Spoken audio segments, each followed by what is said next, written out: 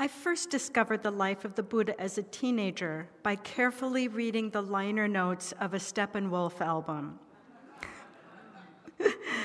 It may have been the songs that the band wrote and performed for the movie Easy Rider, including Born to Be Wild, or it may have been the Earsplittin' Loudenboomer. I no longer remember. But the liner notes explained that they named the band after a book written by Hermann Hesse titled Steppenwolf, or The Wolf of the Steppes. I found it at the library, and next to it was Hesse's book, Siddhartha. And so I came home with that too. And so began my journey of searching for truth and meaning. It seems to me that pilgrimages often begin spontaneously on any ordinary day and then become life-changing and even extraordinary. Such was the pilgrimage of the Buddha that ended under an ordinary fig tree. In the book, The Unlikely Pilgrimage of Harold Fry by Rachel Joyce, the main character, Harold Fry, receives a letter from Queenie, a former co-worker, who is in hospice and dying. Harold, who has recently retired, writes a short note in return and walks across the street to post the letter in the box. But something stops him, and he just can't put the letter in the box. Instead, he puts the letter in his pocket and keeps on walking.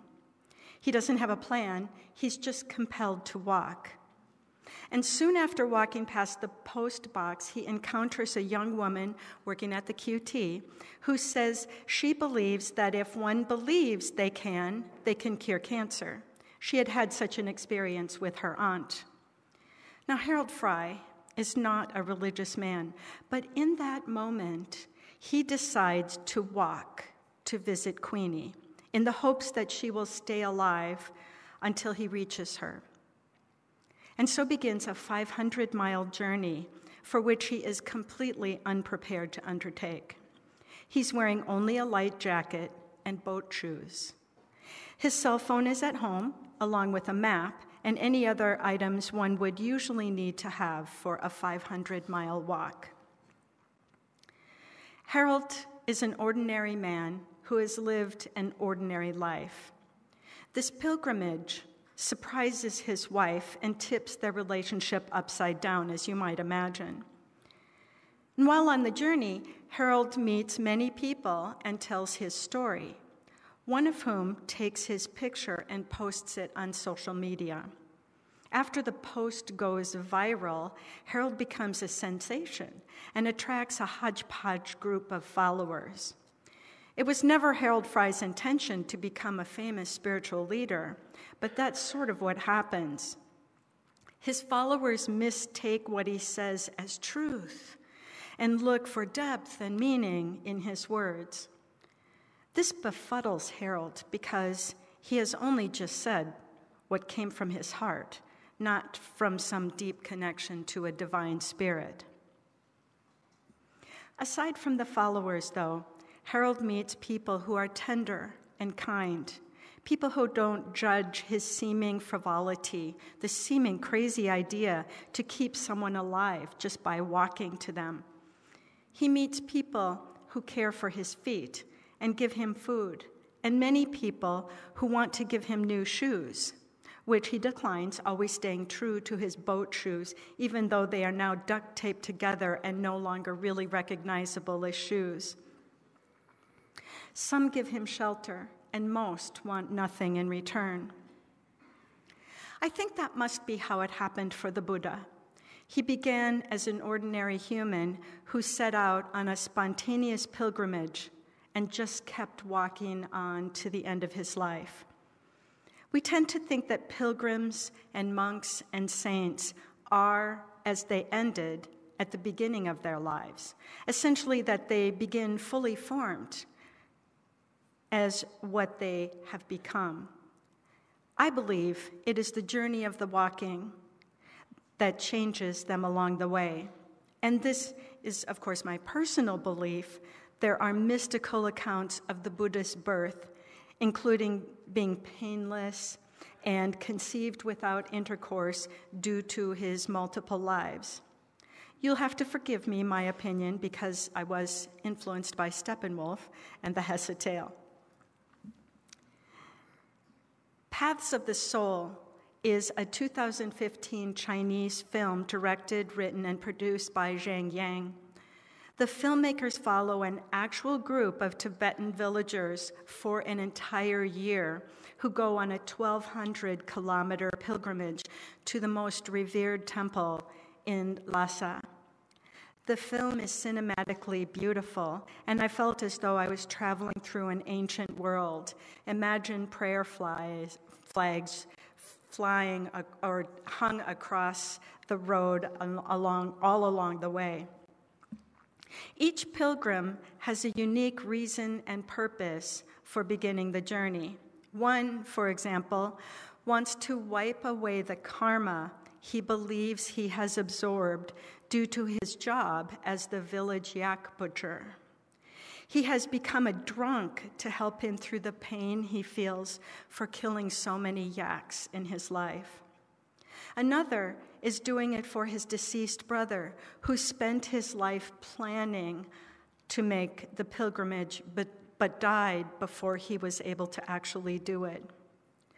Walking hundreds of miles would be difficult, to say the least, but the villagers have incorporated an ancient pilgrimage ritual where every couple of steps they clap their hands, which are protected by wooden blocks, first above their head, clap, then over their heart, clap, and then once more over their abdomen, clap. And then they prostrate fully on the ground, touching their forehead to the earth. Their pilgrimage, though surprising to us, isn't met with the same surprise as Harold Fry's. Instead, it is accepted almost as a common occurrence. They even meet at least one other group of pilgrims on the same path. Truly, they are an ordinary group of people who set out on a journey of the soul. The movie ends as they see the temple, which for me was initially disappointing. Our Hollywood and reality TV influences had me wanting more. I wanted their testimonials. I wanted to find out how they were changed by their experience. I wanted the gossip, who did what, who broke the rules, who didn't do it right. You know what I'm talking about. But then I realized that actually the ending is perfect because the point of the movie is the journey itself, not the getting there. Even Harold Fry realizes that his pilgrimage wasn't really about Queenie. It was about finding himself. Although the Buddha, known as Siddhartha Gautama, was born a prince and lived a life of wealth and privilege, it can be said that he began his life in the ordinary human way. He wasn't born the Buddha fully formed. Instead, he had to make his way. He had to take each step as he walked along. His father wanted to shelter him from the aspects of life that cause difficulty and hardship and suffering, and gave him everything one could need or desire. Eventually, though, Gautama became dissatisfied with his sheltered life and left its comfort to wander and learn the ways of the Samana monks. Some say that he became aware of suffering when he first saw sickness and death. Even though his father had tried to protect him from suffering, he was exposed to it, and it opened his mind, and he became curious to understand more about it. He left all his worldly possessions behind and learned the ways of asceticism, becoming a Samana monk. And from the Samanas, he learned how to meditate and overcome the yearnings of his body. He overcame hunger and pain and other desires of the body. Some Samana monks develop such control over their bodies that they are immune even to bodily harm. They can ingest drugs that have no effect on their bodies at all. But Gautama became known for teaching a middle way between sensual indulgence and severe asceticism. In his rejection of both self-mortification and self-indulgence, Gautama awakened to the true nature of life, its eternity, its deep wellspring of unbounded vitality and wisdom. He studied the self to forget the self, and once forgotten, his body and mind, as well as the bodies and minds of others, just fell away, so that no trace of realization remained. Thich Nhat Hanh is a Zen master still living today, and also a spiritual leader who has trained his mind so thoroughly over the years that he no longer really experiences reactivity to events that happen. He's trained himself to live in a neutral space where events are neither good nor bad. Like the farmer Reverend Andy describes, who responds to everything that happens by saying, maybe, maybe not. So is the Buddha's middle way.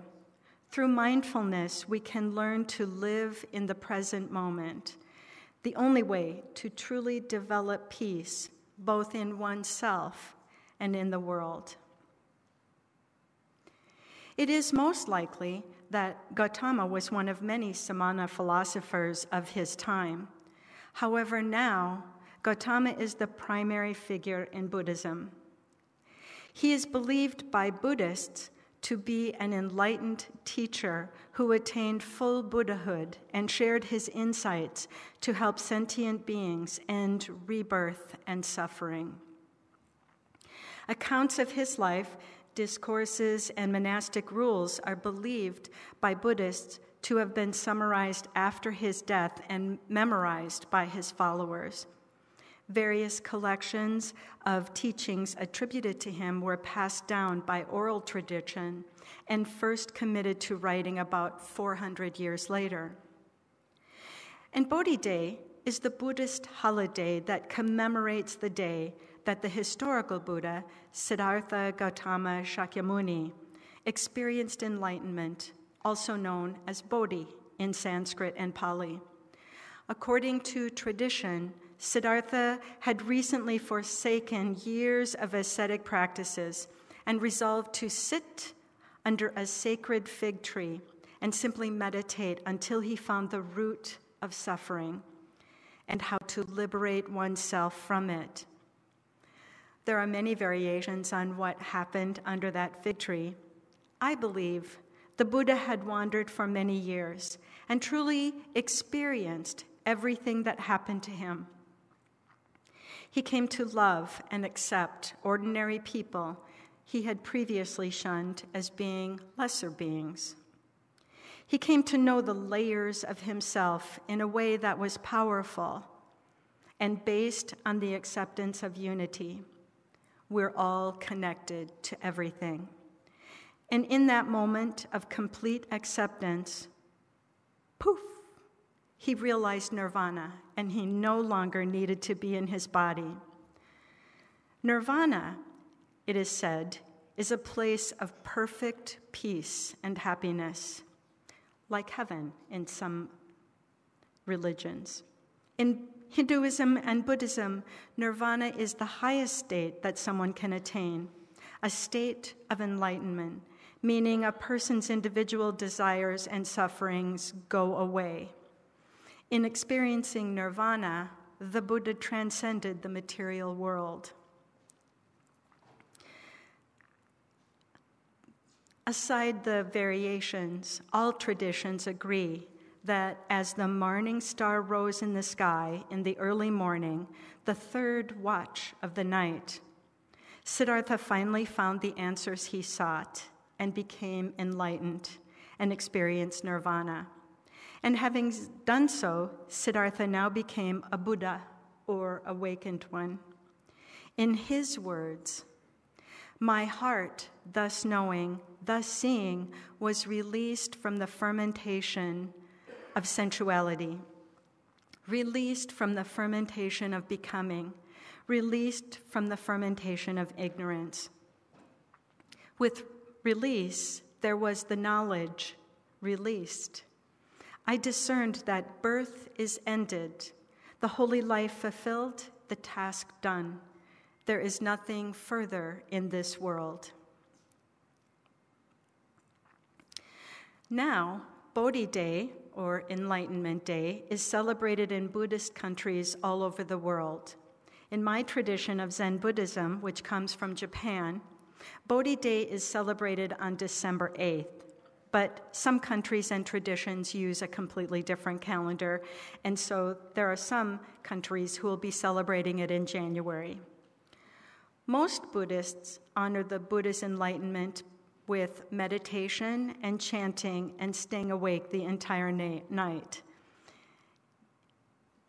We always added tea and cake. In modern-day India, there is a religious site called the Mahabodhi Temple Complex in the Gaya district in the state of Bihar, where many pilgrims travel to honor the Buddha. There's a huge tree that actually does date back to the time of the Buddha's enlightenment. Over the years, it has been destroyed by both humans and nature many times, and then it is always, always replanted. A friend traveled there and brought back a Buddha carved from stone that I treasure. Our Unitarian Universalist tradition encourages us to always be searching for truth and meaning. For me, that means as ordinary humans, we're all on a path of self-knowledge and discovery, however ordinary or extraordinary those paths may be. When we're on pilgrimage, we're changed, and the people we meet along the way are changed. In honoring Bodhi Day, we honor in ourselves the possibility of being part of everything, and the notion of separation can fall away. Perhaps then we can say that we're all Buddhas. Where will your pilgrimage take you this year? Blessed be.